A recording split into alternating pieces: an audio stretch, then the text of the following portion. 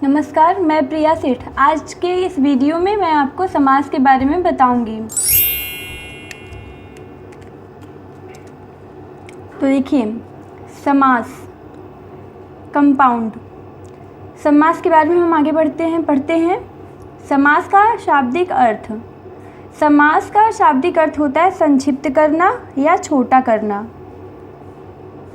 परिभाषा, अब हम देखते हैं समास की परिभाषा। तो दो शब्दों को मिलाकर एक स्वतंत्र एवं संक्षिप्त शब्द बनाने की प्रक्रिया समास कहलाती है। मतलब ये कि दो शब्द रहेंगे और बीच में कुछ और छोटे छोटे शब्द रहेंगे, तो उनको छोटे छोटे जो शब्द रहेंगे उनको हटाकर और बाकी जो दो शब्द बचते हैं मुख्य शब्द, उन दोनों को मिलाकर एक छोटा शब्द बनाने की क्रिया को हम क्या कहते हैं? समास कहते हैं।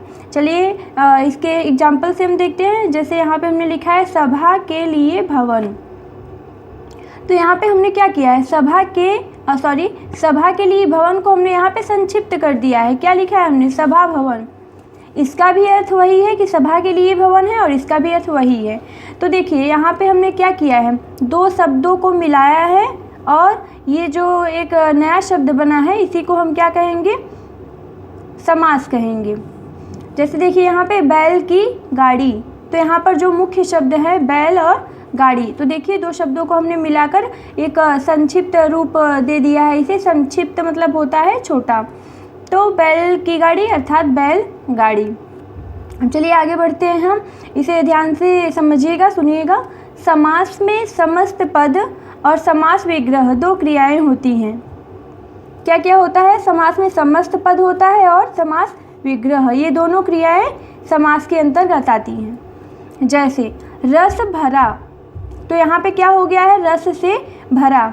और एक बात और जानिए, संधि में हम क्या करते थे? संधि में हम दो वर्णों को दो शब्दों को अलग करते थे, उसमें दो ध्वनियों या वर्णों का मेल होता था। लेकिन ये जो समास होता है इसमें हम क्या करते हैं? दो शब्दों को मिलाते हैं आपस में और इसमें दो पदों का मेल होता है। क्या होता था? संधि में दो शब्दों का मेल होता था और इसमें दो वर्णों का मेल होता था और इसमें क्या होता है? दो शब्दों का मेल होता है। और संधि में संधि को अलग अलग करने को हम क्या कहते थे? संधि विच्छेद। शब्दों को अलग अलग करने की क्रिया को इसमें समास में क्या कहेंगे हम? समास विग्रह। तो जैसे हमने एक शब्द लिया है रस भरा, तो इसका जब हम विग्रह करेंगे रस से भरा हो जाएगा। तो अब देखिए यही दोनों क्रियाएं हमारी आई हुई है कि नहीं? देखिए समस्त पद हो गया रस भरा और समास विग्रह इसका क्या हो गया? रस से भरा। समास को जब दोनों पदों को अलग करते हैं समास में, तो उसे हम कहते हैं समास विग्रह करना। जैसा कि यहाँ पे दिखाया गया है, जब दोनों शब्दों को हम संक्षिप्त करेंगे तो ये हमारा हो जाएगा समस्त पद और ये हो जाएगा हमारा समास विग्रह। अब चलिए समस्त पद क्या होता है इसको जानते हैं। समास की प्रक्रिया से बनने वाला समस्त शब्द समस्त पद कहलाता है। जैसा कि आप यहाँ पे देख रहे हैं, ये समास की प्रक्रिया से हुआ है। समास की प्रक्रिया में क्या होता है? इसके डेफिनेशन को देखिए। दो शब्दों को मिलाकर एक स्वतंत्र संक्षिप्त शब्द बनाने की प्रक्रिया। तो यहाँ पर देखिए हम क्या किए हैं? समस्त पद बनाने के लिए दो शब्दों को मिलाकर एक संक्षिप्त रूप दे दिए हैं। जैसे रस को हमने लिया है और भरा को, तो रस भरा को हमने यहाँ पे लिख दिया है, तो यही हमारा हो गया है समस्त पद। तो इसे हम क्या कहेंगे? समस्त पद कहेंगे। अब देखिए इसमें दो पद होते हैं, पूर्व पद और उत्तर पद। ये जो हमारा समास होता है, समास के समस्त पद में दो पद होते हैं, पूर्व पद और उत्तर पद। मतलब ये जो पहला शब्द होता है, जैसे कि हम यहाँ पे एक एग्जाम्पल लिखे हैं रस भरा, तो इसी में हम आपको समझाना चाहेंगे पूर्व पद और उत्तर पद। पूर्व पद मतलब होता है शब्द और पूर्व मतलब पहले, उत्तर मतलब बाद में। तो जो पहले वाला शब्द होता है इसे हम पूर्व पद कहते हैं और ये जो दूसरा शब्द होता है अंतिम शब्द, इसे हम कहते हैं उत्तर पद। अब चलिए आगे हम बढ़ते हैं समास के भेद। इसे जानते हैं समास के भेद कितने होते हैं। वैसे तो समास मुख्य रूप से 4 ही प्रकार के होते हैं, लेकिन हम विस्तार से पढ़ रहे हैं तो हम जानेंगे समास 6 प्रकार का होता है। आगे वाले नेक्स्ट वीडियो में आप ये भी जानेंगे किस प्रकार से हम 4 ही कह रहे हैं। तो इसमें हम पढ़ते हैं समास 6 प्रकार के होते हैं। पहला है अव्ययी भाव समास। जैसा कि आपको नाम से ही समझ में आ रहा होगा, तो अव्ययी भाव समास क्या होता है। अगर हम इसके शब्द को देखें तो इसकी परिभाषा को लर्न करने की, याद करने की कोई हमें ज़रूरत ही नहीं पड़ेगी। तो इसलिए हम क्या करेंगे, शब्दों को कैच करेंगे, वर्ड को हम पकड़ेंगे। तो अव्ययी भाव समास, अव्ययी मतलब अव्यय। यहाँ पे देखिए, पहले इसके डेफिनेशन को हम देखते हैं। जिस समास का पूर्व पद अव्यय होता है उसे हम क्या कहते हैं, अव्ययी भाव समास। इसमें शब्द से पहले उपसर्ग लगाकर भी समस्त पद बनाए जाते हैं। तो देखिए, अव्यय, अव्यय शब्द आया है। अव्यय मतलब क्या होता है, इसका दूसरा नाम है, समानार्थी शब्द है अविकारी शब्द। अब देखिए, विकारी इसमें आया है। विकारी मतलब क्या होता है, जिसमें परिवर्तन हो जाए। किस टाइप का परिवर्तन, जिसमें लिंग, वचन, पुरुष और कारक के कारण परिवर्तन हो जाए उसे विकारी कहते हैं। लेकिन इसमें अ लग गया है, मतलब परिवर्तन के बिना। तो ऐसा शब्द जिसमें लिंग, वचन, पुरुष और कारक के कारण कोई परिवर्तन ना हो उसे हम कहते हैं अव्यय।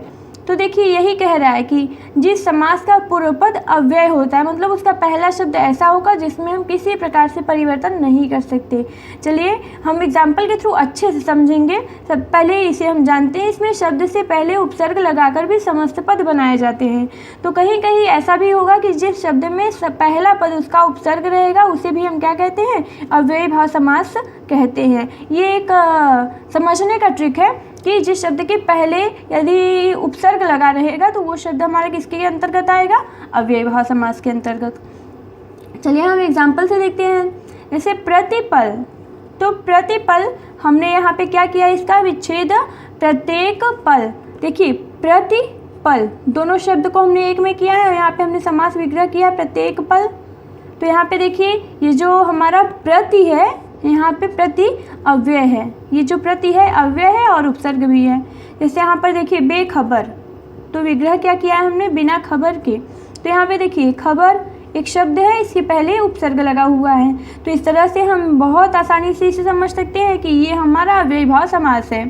तो इसमें बहुत ज़्यादा कुछ याद करने की ज़रूरत नहीं होती। बस एक बार आप परिभाषा को अच्छे से समझ लीजिए और बस एग्जाम्पल में बस यही देखिए कि पहला पद अव्यय होगा और ये जो पहला पद होगा कहीं कहीं उपसर्ग भी होगा। तो चलिए हम आगे बढ़ते हैं समास के दूसरे रूप में, तत्पुरुष समास। दूसरा क्या होता है, तत्पुरुष समास।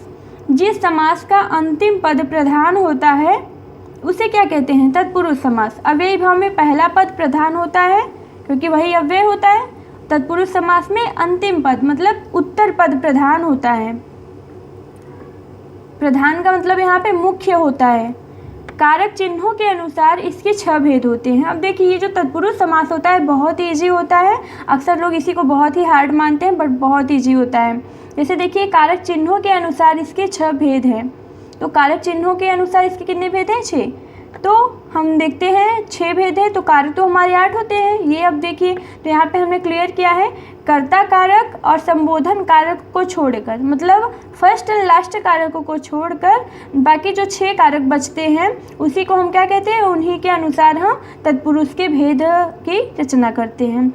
इस समास की रचना 2 तरह से होती है। अब देखिए, इसे समझने के लिए हम एक बहुत अच्छा सा फॉर्मूला बनाए हैं। पहला संज्ञा प्लस संज्ञा या विशेषण, मतलब जो पूर्व पद होगा और ये उत्तर पद। पूर्व पद संज्ञा, दूसरा पद संज्ञा या विशेषण भी हो सकता है। और दूसरा जो हमने यहाँ पे किया है 2 तरह से, तो दूसरा इसमें देखिए संज्ञा प्लस क्रिया। चलिए आगे बढ़ते हैं।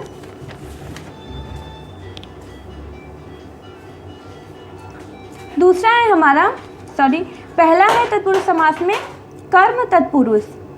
तो कर्म तत्पुरुष में हम देखते हैं जिसमें कर्म कारक की विभक्ति को का लोप हो। लोप मतलब गायब हो जाए, हट जाए उसमें से।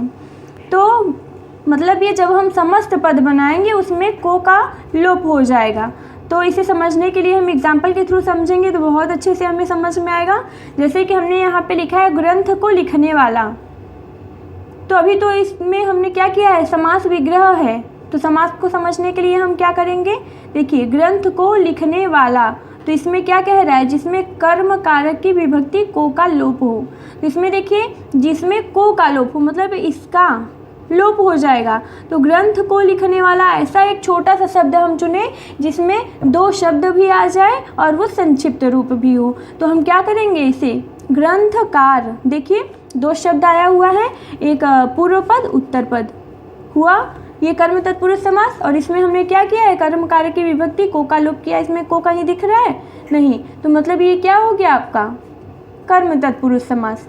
ऐसे नेक्स्ट हम देखते हैं जैसे माखन चोर। तो माखन चोर ये एक हमारा समस्त पद है, समास का समस्त पद है। तो इसमें हम विग्रह क्या करेंगे, माखन को चुराने वाला। अब देखिए अच्छे समझ में आ रहा है, माखन को चुराने वाला। तो दूसरा हम देखते हैं तत्पुरुष समास के भेद में करण तत्पुरुष, जिसमें करण कारक की विभक्ति से या के द्वारा का लोप हो।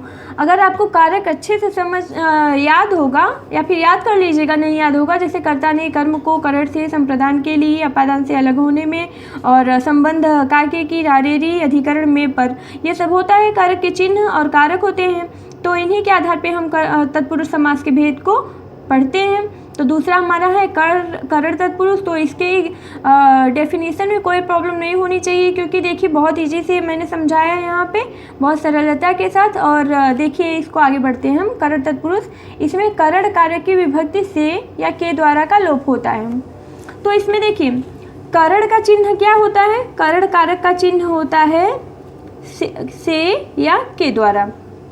तो ऐसा शब्द जिसे हम समस्त पद बनाते समय जिसमें से या के द्वारा का लोप हो जाए, उसी हम क्या कहेंगे, करण तत्पुरुष। तो देखिए चलते हैं हम एग्जाम्पल की ओर। प्रतिभा से संपन्न, तो यहाँ पे एक शब्द हमने बनाया है प्रतिभा संपन्न। यहाँ पर देखिए से का लोप हो गया है ना, देखिए यहाँ पे प्रतिभा संपन्न, प्रतिभा संपन्न। तो यहाँ पे देखिए से का लोप हो गया है, इसलिए ये क्या हो गया है हमारा करण तत्पुरुष समास। दूसरा एग्जाम्पल ईश्वर के द्वारा प्रदत्त, प्रदत्त मतलब दिया हुआ, प्रदान किया हुआ, ईश्वर के द्वारा प्रदत्त। तो हमने क्या किया है, दो शब्दों को मिलाकर एक संक्षिप्त बना दिए हैं। तो ईश्वर प्रदत्त, पूर्व पद और उत्तर पद। तो इस तरह से यहाँ पे आप देख पा रहे हैं कि के द्वारा या से का लोप हुआ है, इसलिए यहाँ पे करण तत्पुरुष समास हुआ है। तो बढ़ते हैं हम आगे, संप्रदान तत्पुरुष। ये तत्पुरुष समास का तीसरा भेद है। संप्रदान तत्पुरुष, संप्रदान मतलब संप्रदान कारक, संप्रदान कारक का चिन्ह होता है के लिए। तो अब हमने यहाँ पे छोटा छोटा इसका डेफिनेशन पूरा नहीं लिखा है, तो इसे समझ जाइएगा, मैंने बस चिन्ह को लिखा है। तो संप्रदान तत्पुरुष जिसमें के लिए का लोप हो। अपादान तत्पुरुष जिसमें से अपादान कारक का चिन्ह होता है से, अलग होने के अर्थ में। तो हमने पृथकता लिख दिया, पृथकता मतलब अलग होने का भाव। संबंध तत्पुरुष जिसमें काके की रारे री का लोप हो। अधिकरण तत्पुरुष जिसमें में और पर का लोप हो। ये सभी, ये जो यहाँ पे हमने इन ब्रैकेट लिखा है, ये सभी कारक के चिन्ह हैं। तो हम यहाँ पे देखते हैं तीसरा हम पढ़ रहे थे संप्रदान तत्पुरुष, जिस तत्पुरुष समास में संप्रदान कारक की विभक्ति के लिए का लोप हो। जैसे यहाँ पे देखिए डाक के लिए गाड़ी। अब यहाँ पे हम जब समास बनाएंगे, समस्त पद बनाएंगे, तो के लिए का हम क्या करेंगे, लोप कर देंगे। तो क्या बनेगा हमारा, डाक गाड़ी। तो ये हमारा हुआ संप्रदान तत्पुरुष। इसी तरह से दूसरा एग्जाम्पल है स्नान के लिए घर। तो इसे हम जो संक्षिप्त रूप देंगे तो क्या होगा, के लिए का लोप हो जाएगा और यहाँ पे बचेगा क्या, पूर्व पद उत्तर पद, मतलब स्नान घर, स्नान के लिए घर। अब यहाँ पे हम देखते हैं अपादान में क्या होता है, इसमें से का लोप हो जाता है। जैसा कि पहले ही मैंने इन सभी का डेफिनेशन आपको बता दिया। एग्जाम्पल देखते हैं डायरेक्ट हम, धन से हीन। तो यहाँ पे ये विग्रह हुआ है और जो यहाँ पे संक्षिप्त रूप हमने लिखा है देख रहे हैं, यहाँ पे से का लोप हो गया है, तो हो गया है हमारा धनहीन। यहाँ पे देखिए पथ से भ्रष्ट, तो पथ से भ्रष्ट।